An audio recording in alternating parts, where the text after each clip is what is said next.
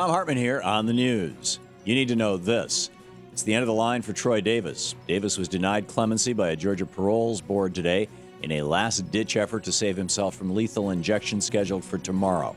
Davis was convicted of murdering a police officer in 1989, but today nearly all of the witnesses who implicated him have recanted their testimony and are now claiming someone else committed the murder.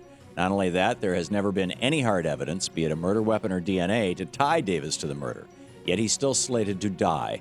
Hundreds of thousands of people have signed petitions to save Davis's life, and former President Jimmy Carter, as well as the Pope, have come forward to try to stop the execution.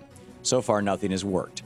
Davis's lawyer said about the decision today, "I am utterly shocked and disappointed at the failure of our justice system at all levels to correct a miscarriage of justice."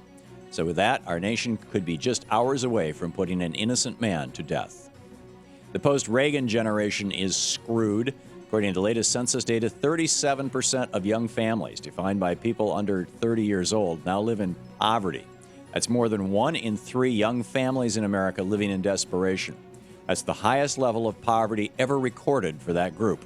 The unfortunate situation of young families stands in contrast to the low poverty rate of elderly families of just 5.7%. The New York Times pegged the rise in poverty among young people to the decline in manufacturing in America, writing that opportunities for low-skilled workers have dwindled as manufacturing and other industries have declined. That has pushed more young families into poverty. Northeastern University professor Andrew Sum added, young families with children are now 6 times as likely to be poor as elderly families. This is a major generational change. From a public policy standpoint, we should be very deeply troubled by this. This is yet the clearest indictment yet of 30 years of Reaganomics and so-called free trade policies that have cut off today's young generation from pursuing the American dream.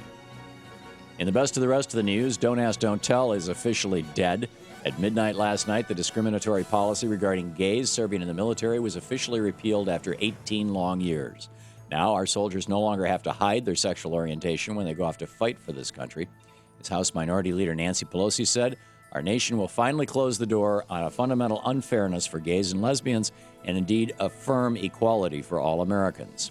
Of course, nearly the entire Republican Party is against this sort of equality for all Americans, and history will judge them for it. But let's give credit where credit is due to President Obama, who pledged on the campaign trail to repeal DADT and delivered. In our How Republicans Are Rigging the 2012 Election news, the Department of Justice smacked down Texas yesterday, claiming that Governor Rick Perry is in violation of the Voting Rights Act with his approval of the Lone Star State's redistricting plan. Every 10 years, state legislatures carve up congressional districts in their states based on the latest census data. And in Texas this year, Republican lawmakers deliberately carved up the state to marginalize and weaken Latino voters by splitting up minority communities and making sure they were included in districts with overwhelming majorities of Republican voters. The DOJ argues Rick Perry's new redistricting plan violates Section 5 of the Voting Rights Act, which forces lawmakers to, quote, maintain or increase the ability of minority voters to elect their candidate of choice in each district, end quote. Under normal procedures, state legislatures have to seek prior approval to the Department of Justice before redistricting, but Texas skipped that step. Now a hearing is scheduled for Wednesday where a 3-judge panel will issue a final ruling. Unclear if Rick Perry will threaten secession if he loses. We all know President Obama is a socialist, according to the Tea Party at least, but now Speaker of the House John Boehner is a socialist too? A Tea Partier has stepped forward in Ohio's 8th district to try to take John Boehner's congressional seat in the 2012 election. David Lewis, who claims to have the backing of the Tea Party, appeared on Fox So-Called News yesterday to proclaim John Boehner is a socialist. Lewis went on to defend his remark by saying, here's someone that refuses to phase out Social Security. What I would do as a U.S. House member is work to phase out Social Security totally, 100%. That includes Medicaid, Medicare, food stamps. These are socialist policies. He hasn't weighed in yet on doing away with laws against child labor, the vote for women, and indentured servitude, but if he's going to roll back the 20th century, it's got to be coming. Speaking of the Republican race, we'll all get another glimpse into post-apocalypse America later this week when the Republican presidential candidates step on stage for yet another debate, this one hosted by Fox So-Called News and Google. The but now one forgotten Republican candidate, Fred Karger, is pressuring Fox So-Called News to include him and the other forgotten candidates like former Louisiana Governor Buddy Roemer in the debate. Karger wrote a letter to Rupert Murdoch and Roger Ailes and filed a complaint with the FEC demanding that he be allowed on stage to debate as well.